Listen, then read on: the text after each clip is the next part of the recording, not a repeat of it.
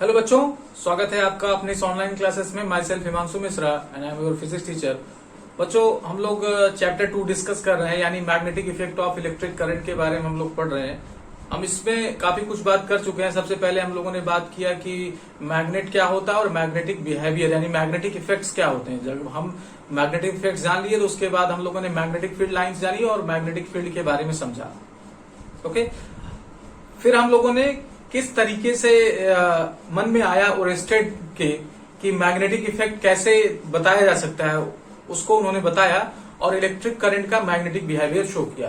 तो इतना हम बातें ऑलरेडी कर चुके हैं। तो जो लोग आज देख रहे हैं पहली बार, उनसे कहना है कि मेरा कि आप पहले की वीडियोस को जरूर देखें, अदरवाइज आप कॉन्सेप्ट्स नहीं समझेंगे तो आपको लगेगा कि टीचर अच्छा नहीं पढ़ा रहे हैं। तो इसलिए आपसे ये है रिक्वेस्ट है कि चैप्टर 2 की वीडियोस को कम से कम पूरा देखें, है ना। तो इससे आपका कॉन्सेप्ट क्लियर रहेगा बच्चों। चलिए अब हम लोग चलते हैं, बात करते हैं आज अलग अलग सिस्टम की वजह से मैग्नेटिक फील्ड कैसा होगा, कैसा उसका बिहेवियर होगा, ये जानने की कोशिश करते हैं। ठीक है, चलिए तो अब हमें क्या करना है, अब हमें आज जानना है कि मैग्नेटिक फील्ड पैटर्न या simple magnetic field due to straight current carrying wire, ठीक है, या कंडक्टर भी कह सकते हो। वायर की जगह कंडक्टर भी आपको दे दे तो आपको सेव करना है।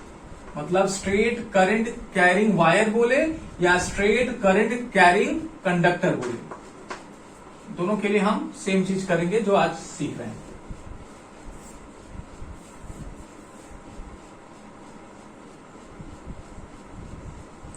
चलिए क्या करते हैं बेटे कि हम एक ले लेते हैं वायर, एक क्या कर लेते हैं वायर ले लेते हैं और इसको कनेक्ट कर देते हैं एक पोटेंशियल डिफरेंस या सेल से कनेक्ट कर देते हैं, जैसे यहां पर दिखाया गया है। ये सपोज कर लो वायर ए बी है। अब इस वायर को हम क्या करते हैं, एक कागज में से छेद करके निकाल लेते हैं। तो यहां पर एक कागज भी प्लेस्ड है। अब ये समझिए कि क्या है, जो हमारा पेपर है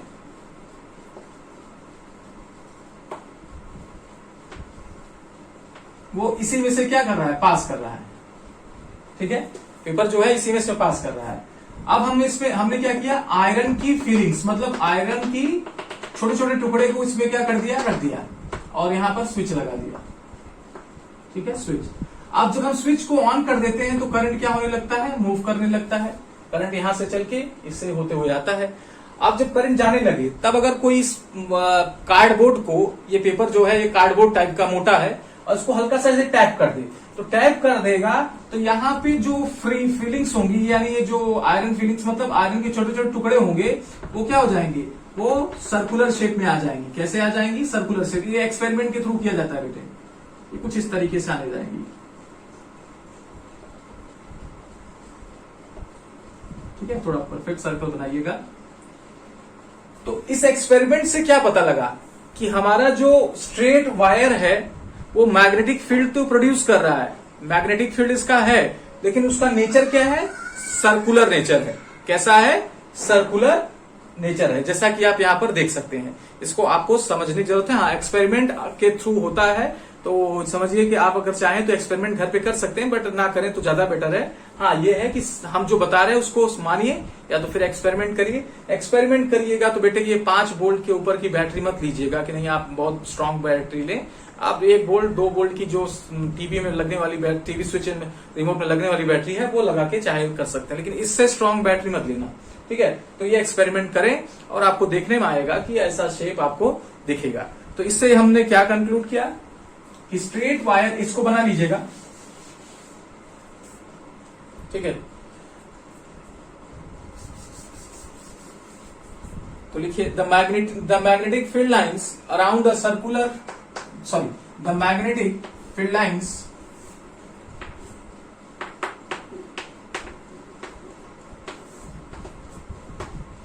around a straight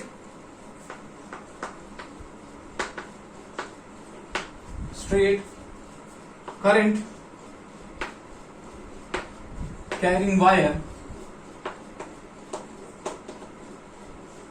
straight current carrying wire is concentric, या कह सकते हैं कि हाँ ठीक है आर बोले क्योंकि बहुत सारी लाइन समझती है, एक ही नहीं, are concentric circles.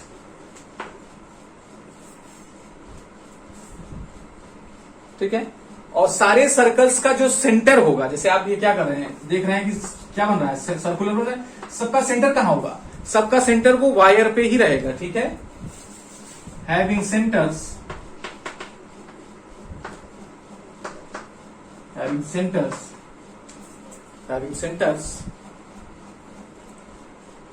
On the wire. ठीक है, वायर पे होगा रोटेट।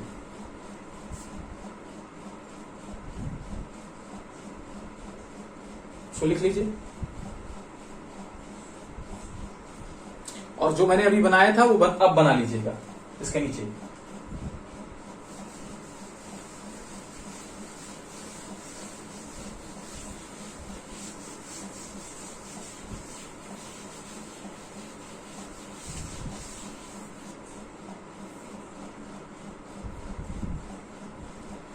अब बेटे कुछ इंपॉर्टेंट बात लिखिए यहां पे, एक्सपेरिमेंटली करके, experimentally it is observe that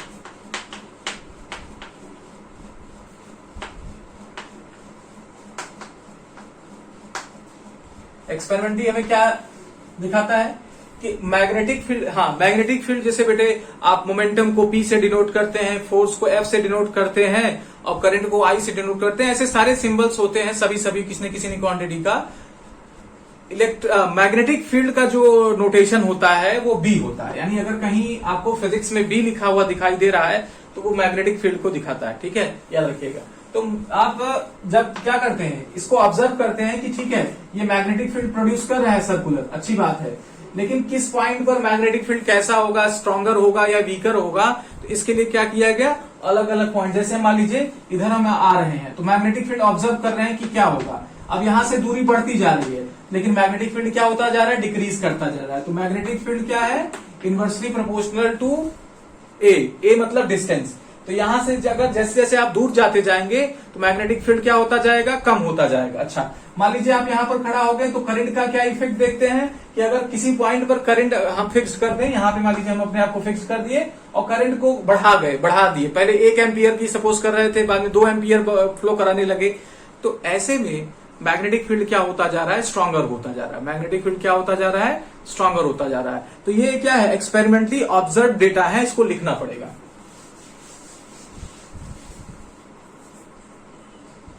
ठीक है, experimentally it is observe that magnetic field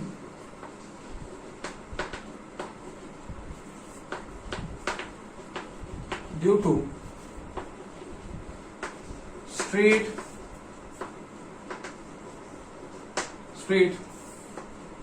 magnetic field at a point, क्योंकि ये कोई पॉइंट की बात कर ली, ठीक है।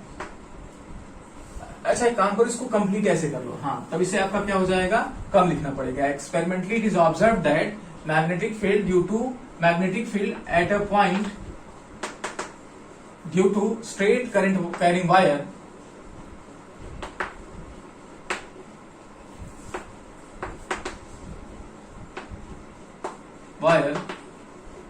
ठीक है, ऐसे कर लीजिए, ऐसे जैसे बता रहा हूं ऐसे लिखना, इज डायरेक्टली प्रोपोर्शनल टू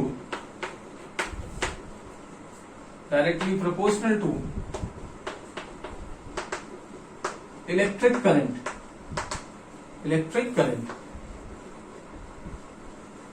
ठीक है, तो B किसके प्रोपोर्शनल है, करंट के, इसे 1 कर लिया जाए। ये आपका इक्वेशन 1 हो गया।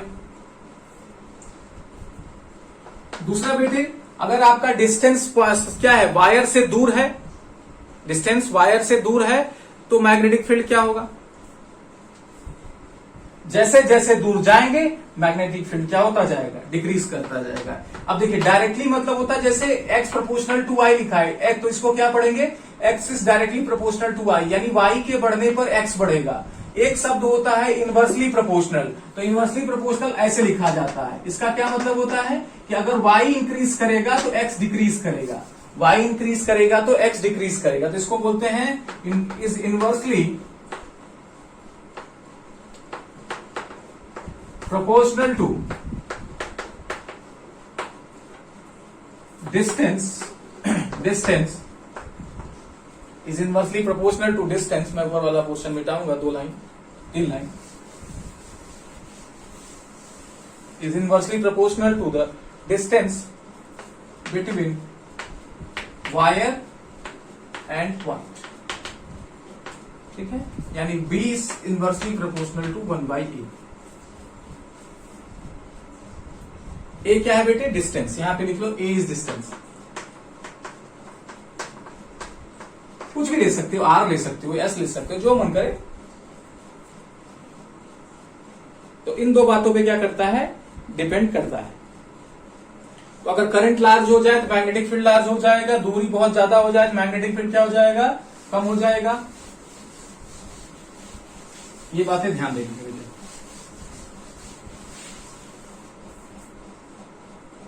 ठीक है, तो इसे इक्वेशन 2 कर दिया जाए फ्रॉम इक्वेशन 1 एंड 2, या कंबाइनिंग इक्वेशन 1 एंड 2।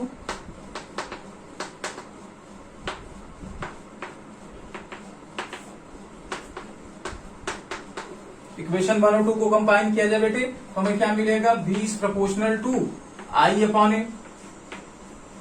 ठीक है,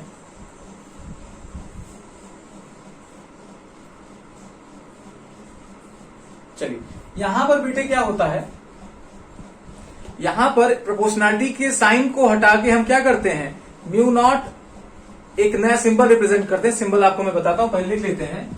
ये आपका नया यहां सिंबल आ जाता है, mu naught upon 4 pi upon I upon A. ठीक है, यहां पर आएगा पर 2 पाई क्या आएगा, 2 पाई। ब्रैकेट में लिख लीजिएगा long wire, very long wire. छोटे वायर्स के लिए इसका वैल्यू अलग आता है, लेकिन आपके सिलेबस में आपको डेरिवेशन 12th में करना है उसका। तो फिलहाल आप ये रखे रहिए, वेरी लॉन्ग वायर की वजह से, बहुत लंबा वायर है तो उसकी वजह से मैग्नेटिक फील्ड कैसा होगा, ऐसा होगा बेटे। हाँ, अब ये नया सिंबल क्या है, म्यू नॉट, इसको लिख लीजिए, इसको बोलते हैं म्यू नॉट, म्यू MU। ये आपका क्या है, म्यू। और यहां पे इसको 0 नहीं पढ़ते बेटे, इसको पढ़ते हैं, ये म्यू है, और इसको 0 को नहीं पढ़ के नॉट पढ़ते हैं। क्या पढ़ते हैं, नॉट, NOUGST। सिंबल्स है और कुछ नहीं है, सिंबल्स है। ठीक है, ये क्या होता है, इसको बोलते हैं permeability of free space. Permeability of, सब बता रहे हैं, घबराओ नहीं।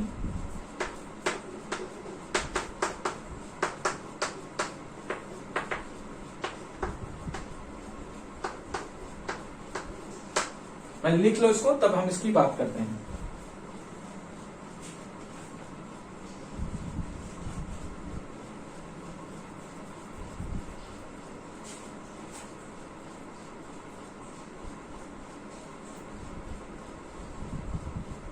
ठीक है,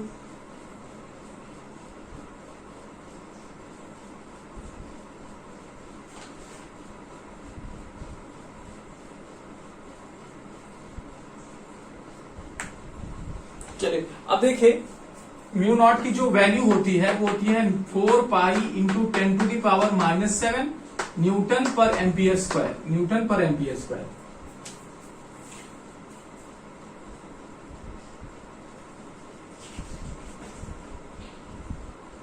चलिए, हाँ, 10 टू द पावर -। अब आपने कहा कि सर परमिएबिलिटी क्या है, तो परमिएबिलिटी क्या है बेटे, आप क्या करते हो कि जैसे आप मैग्नेट को डायरेक्ट ले आए और आपने चिपकाया तो कुछ फोर्स फील हुआ आपको।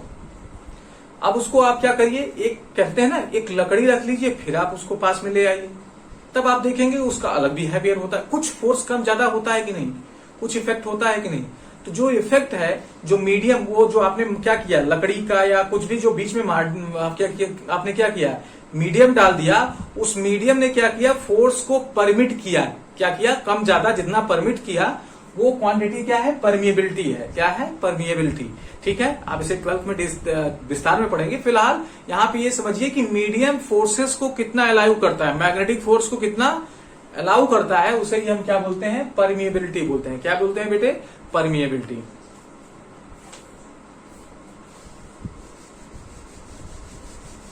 ठीक है, और इसकी वैल्यू क्या है, 4 पाई इंटू 10⁻⁻7 न्यूटन पर मीटर स्क्वायर। इसको म्यू बोलते हैं। ये जीरो यहाँ पर नहीं होता, जब भी ऐसे लिखा जाए नॉट पढ़ा जाता है इसको। ये नए नए सिंबल्स हैं भाई, आपको सीखना तो पड़ेगा ना। अब जब लेवल बढ़ता जाएगा तो आपको नई चीजें तो पढ़ाई जाएंगी ना भाई। क्लास 1 में थे तो +1 1 2 3 सीखे, 5 6 में आए तो आपको XYZ में मैथ्स पढ़ाना शुरू कर दिया गया। अब आगे जैसे जैसे जाओगे तो नई चीजें पढ़ना पड़ेगा ना। तो ऐसे ही नया चीज है, इसको आप पॉजिटिवली ले लीजिए, घबराइए नहीं, करे ये क्या आ गया। ठीक है बेटे, चलिए अब हमें जानना है कि मैग्नेटिक फील्ड का जो वायर की वजह से जो मैग्नेटिक फील्ड प्रोड्यूस हुई उसका डायरेक्शन कैसे फाइंड करेंगे। ठीक है, तो यहां पर इसी हेडिंग में कर लीजिएगा, डायरेक्शन ऑफ मैग्नेटिक फील्ड। ये खाली स्ट्रेट वायर के लिए है, ऐसा नहीं है कि आप सब मान लीजिए। जब जो सिस्टम आएगा हम वहां पर आपको बताएंगे। Direction of magnetic field bracket में स्ट्रेट वायर के लिए, याद रखिएगा।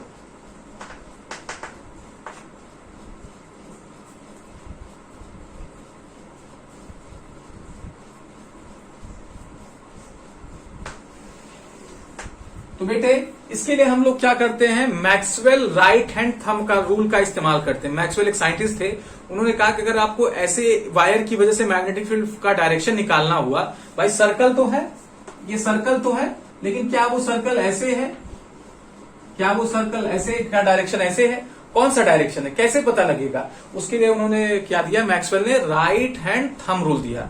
क्या दिया, राइट हैंड थंब रूल, यानी राइट अपने आप दाहिने हाथ का इस्तेमाल करके क्या कर सकते हैं, मैग्नेटिक फील्ड का डायरेक्शन निकाल सकते हैं, जबकि करंट किसमें फ्लो हो रही है, स्ट्रेट वायर में। ठीक है, अगर करंट नहीं है बेटे तो मैग्नेटिक फील्ड क्या हो जाएगा, वायर की वजह से जीरो हो जाएगा। तो उन्होंने कहा कि मान लीजिए अगर करंट ऐसे फ्लो हो रही है, मान लीजिए ऊपर की तरफ फ्लो हो रही है, और हम जानना चाह रहे हैं कि इसका जो मैग्नेटिक फील्ड का डायरेक्शन होगा वो सर्कुलर तो होगा, ये तो हम लोगों ने आयरन फीलिंग के एक्सपेरिमेंट से जान लिया, लेकिन उसका डायरेक्शन किधर होगा। तो उन्होंने कहा कि आप क्या कर लीजिए, आप अपने थंब को लीजिए, क्या कर लीजिए, अपने राइट हैंड को लीजिए और राइट हैंड का थंब करंट के डायरेक्शन में रख दीजिए। तो करंट किधर जा रहा है, ऊपर जा रहा है।